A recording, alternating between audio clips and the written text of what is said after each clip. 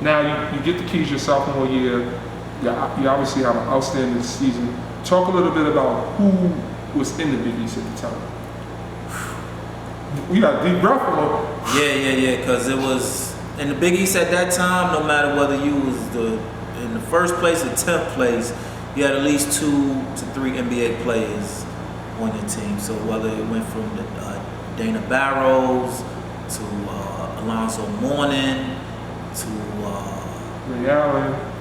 Ray Allen, Kerry Kittle. I think Kevin Ollie, Ray Allen, Kerry Kittles, Jerome Shepard.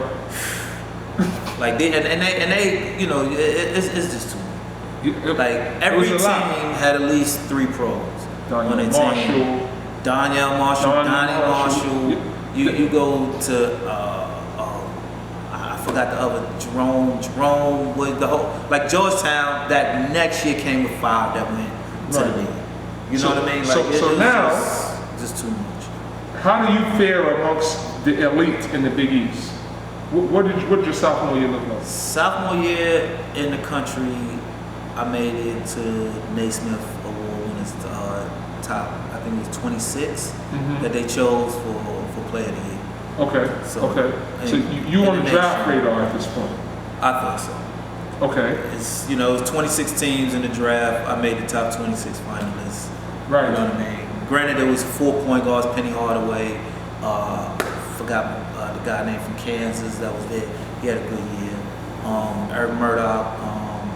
There's a couple of other guys. Donis Jordan. Right. You know, he had a good year that year. And was Todd Day and the other guy from Arkansas, Lee Mayberry. Right. So and I can't forget about Hurley. Okay. So now all of these players are playing in college. You're in the top 26.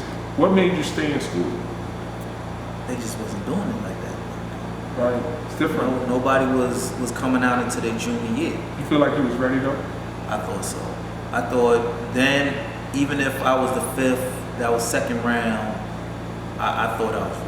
Because being at that level, top 25, 26, whatever, and I knew physically I was able to compete well. So you move into your the junior year was the year when you feel like you was going to go. And what happened your junior year? Junior year we was under the gun. That was another part of the politics. He didn't get his contract.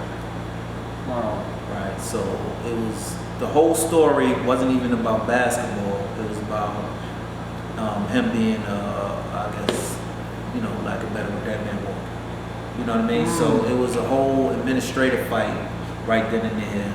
So we had a whole bunch of internal issues. You know what I mean? We were trying our best to get it, but it was a lot of things going on, a lot of players, taking advantage of that. Like, because back at that point, the transfer rules started to come. So he knew if a player didn't play, he would bluff a transfer. I'm leaving. Coach had to save face if he wanted to get that contract. So now you had players playing that wasn't even supposed to be playing. So y'all don't do as well. We stunk it up. A lot of internal issues. We stunk it up. Well, we still made it to the NIT. Okay. But that was a loss. Yeah. So your senior year now, you're at the point where you feel like this is your last shot. Last shot. I was still on the draft board. But it was bad. It was a bad season. Because Emo did go 1st round. Okay. That was the plus part, and I got credit for that, being his point guard. Okay. Getting him to rob. You know what I mean? So they still was like, this kid can, right. Get it done. So now you face some adversity in your senior year. A lot of adversity. New coach. Who's coaching? Ralph Woodard. Okay. You know what I mean? And I become almost not the lone senior because it's 2 of us, but almost like the lone impact proven senior. O was there too.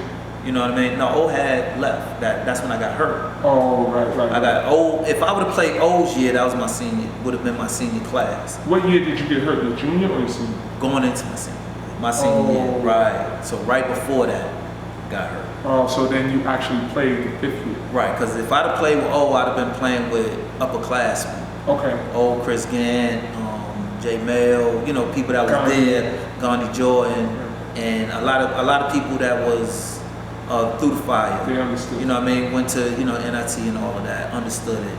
It'd have been better. But now come with the top 100, it was top 10. That's some recruiting class, Mike Gill, Kelly Taylor, Mark Blount,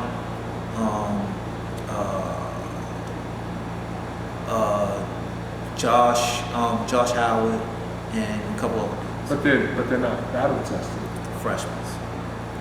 So you the lone senior. Kevin Miller. You're coming back off your injury. Talk about the transition from going and being along in that Big East and seeing potentially getting drafted to your senior year. Who was your last game against? Last game was against, I want to say, Scooney Penn and them with Daniel Abrams in the tournament at Big the East Garden. tournament? Yeah, at the Garden. You knew it was over? Like what was that like? No more college. What was that like? That year, I want to say I grew as I didn't grow that year. Mm-hmm. I didn't grow into the after year because that's when everything just the bottom wiped out. Like I didn't even know what depression was. I didn't even know, what migraines, any of that was. I was just so.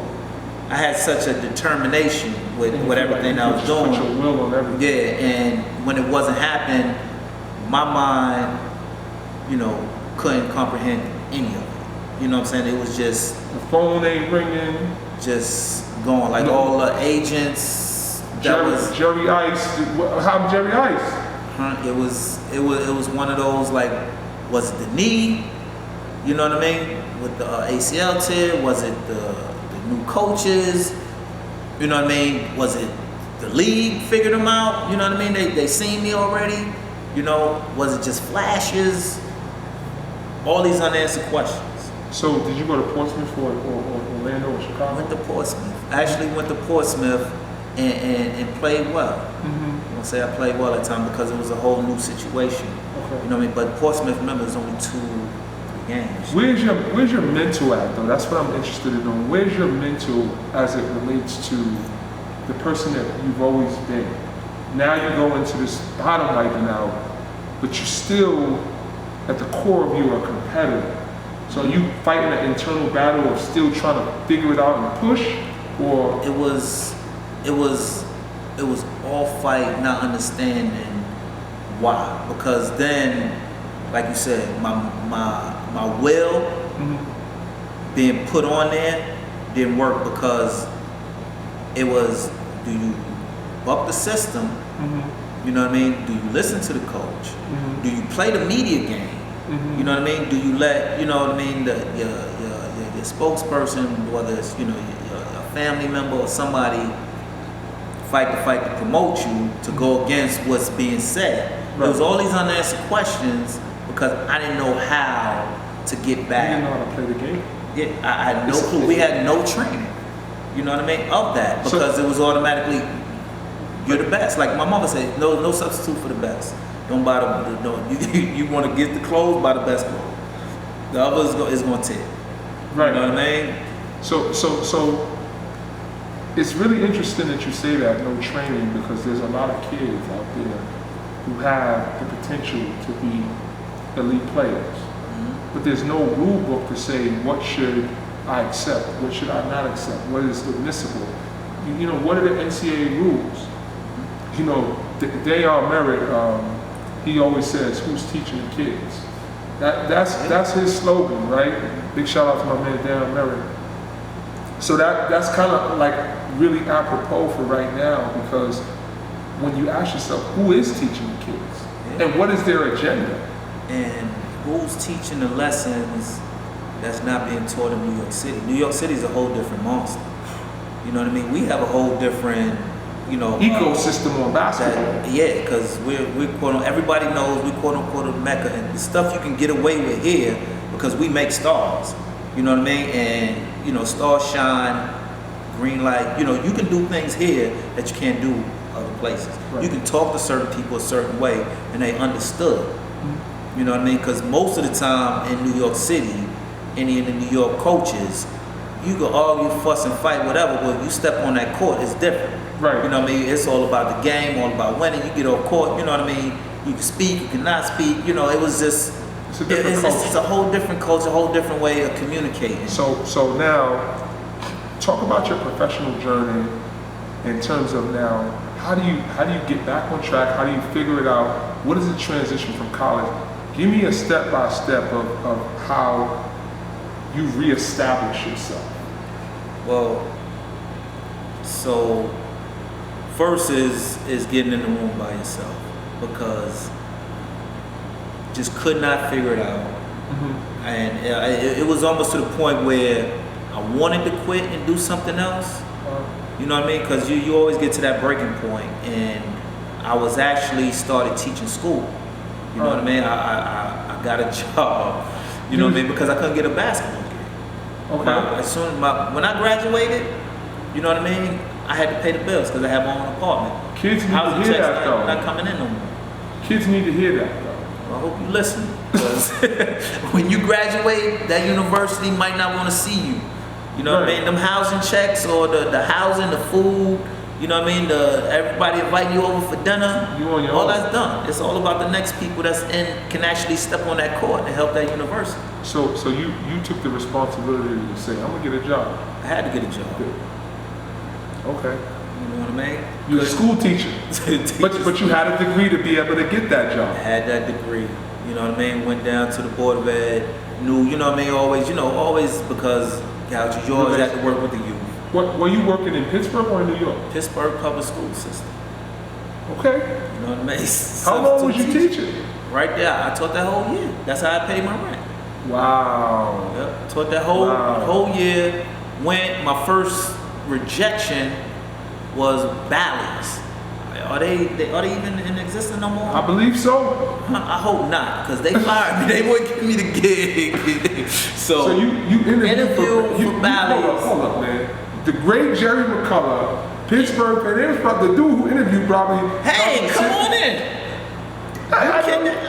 You can sell out. Are you selling? You can outsell. No, I'm not selling, man. We'll get back to you. Like, didn't happen. Wow. Yeah. So got into the real Humbling world. experience. What? Like having to get that check, see taxes, see cut out, have to actually, start going, saving that up to go pay my rent. Couldn't call them. Yeah, You're I'm responsible. grown man. Right. Only me, not asking mom, You still not asking hooping? pops. You still hooping? I'm working until 5, and then sneaking back into Pittsburgh, into the gym. Mm-hmm. You know what I mean? The girls coach and all of them will let me in. Weight room, hooping with the after work crowd in Pittsburgh. You know what I mean? Still getting shots up. You know what I mean? You still had in the back of your mind you wanted to get back. Still had it, but questioned it. Questioned it like, the game didn't treat you right. yeah, maybe it ain't God's plan. Mm-hmm. Went there with it, like, because he the only one I felt that could stop me from getting it. Right. You know what I mean? Why I got all these headaches? Why can't I, you know what I mean, function? Is he telling me something? Yeah. Like it was really wondering what was going on. Where's the break come? I want to say the break came that summer. Mm-hmm. I forgot his name, but he gave me a shot with I want to say the US was it USBL? Surf? New Hampshire Thunderlooms. Okay. New Hampshire Thunderlooms. You got that got me a call? tryout from the guy from the he was the scout for the Boston Celtics. Okay. Made a call to the guy from there saying, listen, I don't know what it was with this kid. Could you just give him a tryout? A tryout. A tryout. I was on. He was scouting me.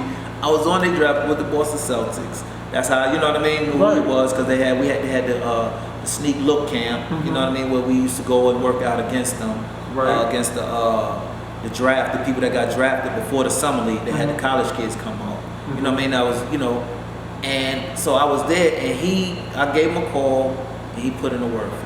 You went up to New Hampshire. And did well. You got on the team. You played Made the team. I did well because that was the paying league if you didn't go to the summer league, Okay. to the NBA summer league. So you USBL. played the USBL hoping to get there or to So get you paid. sharpening up now. Got paid. But you got a made different the team. mentality.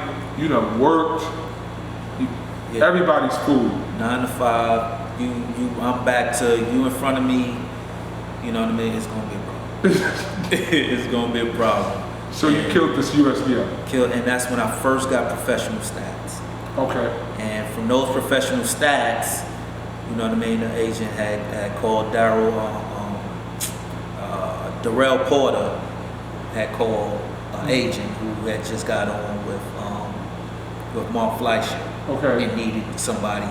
So Darrell Porter mentioned me, and he had me and Razul Salahuddin, and he sent out pro stats overseas, and I got a tryout in France, which I almost didn't go. Wow. Almost didn't go because I was France Pro A? France Pro A. They was the last team in Pro A. Almost didn't go. How'd you do? Well, shout out to Razul, because you know what I mean? I know how the story goes, but the people want to know how Shout out you to did. Razul, because he chose the bigger paying job. Yeah, he chose the bigger paying job. And in what's France. crazy is we was all on the same team in Little Lab. Like, that's crazy. You gotta get Razul on the show. Razul, and that's the part about all being on the same team, all being pros, Division I players. Now we pros right now. David Santiago was in Portsmouth with me. Right. You know what I mean? We were all, you know what I mean? Same team. Right about that. I think he went to Puerto Rico and played. You know what I'm saying? So we were all there at the same time. So what happens in France? France, I went on a week tryout because they offered $1,000 for the week. You know what I mean? The USBL, we was getting like $40 a day or something like that. I was like, man, I can go over here for this little. Wasn't even a real week. It was like, you know, Thursday through Sunday, get this $1,000 getting off the plane, and come back and start trying out for teams. Right. You was looking at it for the money. Yeah, I went over there for $1,000, and then, you know, I mean, I saw the names that was over there, and I don't know who it was. That was the politics. My agent was just like, well, we can't get you nothing. I think you should take this. Right. You know what I mean? You rock out here against, you know, I think it was, at that time, it was at least 7 ex-NBA players. Okay. You know what I mean? In the Pro A France. You know, because it's Italy, Spain, and France. You play here, play well, we could definitely Did get you play well? I was the most valuable player. Most valuable player in France that year. Right, Led right. the league in scoring and efficiency rate, whatever that was. Took my team dead last to we tied for the 8th place playoff spot. You know what I mean? And that's what it was. From there, pro career. Right. So 13 years as a pro. Some of the countries you've been to. Spent 5 years Italy, Russia, 3 years Turkey, Croatia, 2 years in France, daughter's born over there, and 2 years in the Dominican Republic, and 1 year in the CBA. So before we go any further, I gotta shout out the backbone, right? Holding it down. You mentioned your daughter, right? Oh, yeah. Sophia, Shout out to Heidi Grace, Kayla. Shout out to Heidi Ice, who held the family down through all of the many trips internationally. And you know, the story turns out to be a good story because you faced the adversity, and just because I know the information, now you actually get NBA tryouts. And rumor has it, I don't know if this is true, there was NBA and international, and the international finances were a little bit better. It was, but that's when the NBA, before the next CBA, because I was there that lockout year, and they was trying to, you know. But they hash wanted you to things out. come in. Yeah, I could have came in twice. I could have came in, but it was a guarantee for more. I mean, I don't know if this is true. I don't like to throw nobody's numbers out there, but they say, the streets say that you rated one of the best point guards in Europe, in the Euro League, for a couple of years. I hope so. That was the goal. Okay. That was the goal, to be the best. And they say that those contracts were very lucrative. Well, we know a lot of NBA players started going over there to get it. Well, we know the NBA minimum at that point was about $347,000. Yeah, it started at about 250, then went to 340. Yeah, it was. So like we're gonna leave that where it's at. Yeah, it was So good. so you had a good career. Basketball was good to you in the end. Basketball was very, very good. Very good. Learning, a lot of learning though. It's a different lifestyle, different way of living, doing things. So then, right, you go into coaching, you go back into education, your career spans from, and I'm gonna just run this down, right? And if I skip something, let me know. From McDuffie School, obviously. Skip, the very first job was hostess. Oh, right. Did you get the national championship? No, that was the year after. Okay. That So was the second year. Hostos Community College. Shout out to Roy Beekman, Khalif Hill. Yeah. They pulled me on. So you go to Hostos. You was coaching at Rice too. After hostess. Okay, with Kamani. Right. I wasn't even in the. D-Mitch. D-Mitch, Kamani Jones. Mm-hmm. Yeah. So you go to Mo Hicks, McDuffie. then McDuffie. You're the coach. You're the director. You run some kid. Some special programs, something like that. Right. Did So a lot of hats there. I'll Save You Lutheran. So, Right? Yeah. And now you're back in education, working in sports in the classroom, Bronx Charles School for Excellence. So this story comes full circle. And you manage, you see it on the shirt, shameless plug, right? Yeah. City Legendz. Listen, again, I'm okay with being a caddy, right? Not at all. You brought me along when I was 12. Said, yo, E, listen, I got this business, you know I'm doing the Black Butter thing. Said, yo, let's very well with the Black Butter thing. Yo, listen, man, at the end of the day, you know, we were entrepreneurial spirits. You know, there was a familiarity from our childhood, and we were able to come together as business people with mutual respect and establish what well into our careers, and then be able to provide services, events, education for kids. And I think our views were so aligned as it related to how we wanted to help. That's why it was organic for me, because at the end of the day, you know, I was doing business. I was all over the place. Still am, probably. Yeah. You know, if you let my wife tell it. Got a lot of things going on, man. Right. A lot of things going on. But let's just summarize kind of what was your vision for City Legendz when you started it, where you saw it go, and kind of what you see for the future as an entrepreneur. Well, I want to say it all. Like you said, full circle. So when you start back, you start Harlem. You know what I mean? During the high school days, you saw, you know, a lot of professionalism. Like even though, like Dave McCullough, he was running things, but he was always a professional. Right. You know what I mean? First, Tommy Sweet was a professional. Right. So you know what I mean? So you got role models outside of your family. My Uncle Bob. You know what I'm saying? Professional. Right. You know, a little bit of business, basketball. Yep. You know what I mean? Then my peers at that time was, you know, the best outfit. You know what I mean? Which, you know, Best out Harlem. best out. So They had the business and the flash. a lot of flash. You know what I mean? They did a lot of things people still Your trying uncle, to do. Crazy Sam. Yeah, Crazy Sam, entrepreneur. You know Right. what I mean? Video music box. That took the whole video thing, the music So and you think that was a entertainment. strong influence on you wanting to do business and community stuff? Very strong. Very want to compete, wanting to be a part of the community, wanting to bring things to the table. You know what I mean? And just be, you know, the best at it, to raise it up. And that's how it kind of brought me back into the basketball. Because I was selling clothes. Mm-hmm. You know what I mean? We started out with Mitchell and Ness. Mhm. We got the deal over there to bring high school uniforms. Right. You know what I mean? Back then. So I figured at that point I still had a little bit of notoriety where I could make some calls, product placement. You know what I mean? Get all the high school jerseys going. Had the manufacturing deal, being able to walk in and speak to them. Big shout out to Radu. Shout out to Radu, you know what I mean? To bring to the table, you know what I mean, Mitchell and Ness. He was with Rockaway from the Best Out crew, Right. backed us, partner with us. You know what I mean? Now, Dang. with the Rockwear and all that, now we can compete with Black Butter.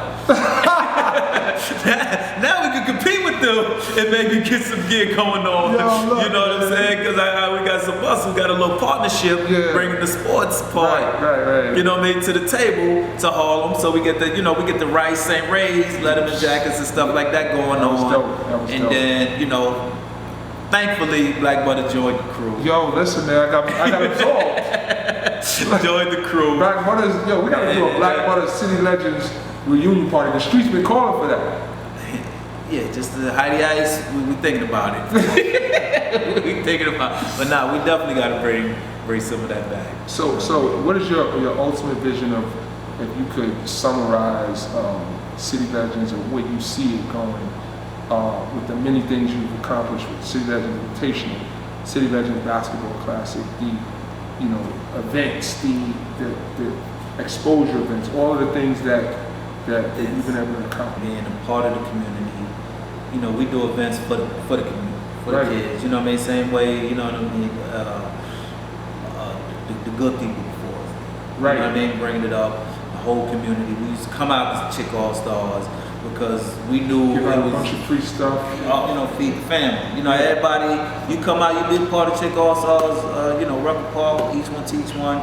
Things was being given, you being provided a service, as well as running your business. So City Legends, just trying to be the best at, you know what I mean, at events, the best at, you know what I mean, uniforms for the sports apparel, sports events for the youth. Just trying to be number one. All right, so we're gonna play a little hit and run. So when I say a name or a phrase, I want you to tell me the first thing that comes to your mind. I'ma just go random. Citywide. Whoo, citywide, Duncan Hines. Oh, Carlton Duncan Hines. Duncan Hines. That's the first thing that comes to mind. I think it's Doc Turner. Doc Turner. John Arnold and Dave Evans. That's what I think. And Big Straight. That's what I think about. Best high school player that you played against. Best high school player that I played against. Ooh. I want to say Red Orchard. Okay. Tell me one thing you remember about the St. Ray's and Rice rivalry. That the tables turned after 2 years, like just flip flop. We used to stomp St. Ray's for 2 years and then got stomped by St. Ray's. The last 2 years, it was just night and day. That's what I remember. Shout out to Emmanuel. And T. Richard, man. Oh man, those was good, just because they were the guards that I had to do battle. Okay. Last two. Biggest regret in your basketball career? Biggest regret, and I don't know if it was a regret, but I wish I would have learned how to communicate with authority. You know what I mean? When I got out of New York City. That was my biggest regret. I wish I would have learned. I wish Sooner. I wish I would have had to learn from experience. Because experience, I don't think is the best teacher. I wish Dave Mack was still around, or you know what I mean, or was someone to kind of understand that college dynamic. You know what I mean? So you and taught me. A little less travel. And So biggest basketball accomplishment. Biggest basketball accomplishment. I just think it was my first. Oh, that's tough. You told me. High school, professional. I give you two. Two? Give me two. Biggest basketball, I just want to, it would be New York City. Being, not the king of New York, but the best team and crew. You know what I mean? Coming after a crew that just went 7 All-Americans. You know what I mean? But being that next crew over and being considered the best. Last one. Favorite team.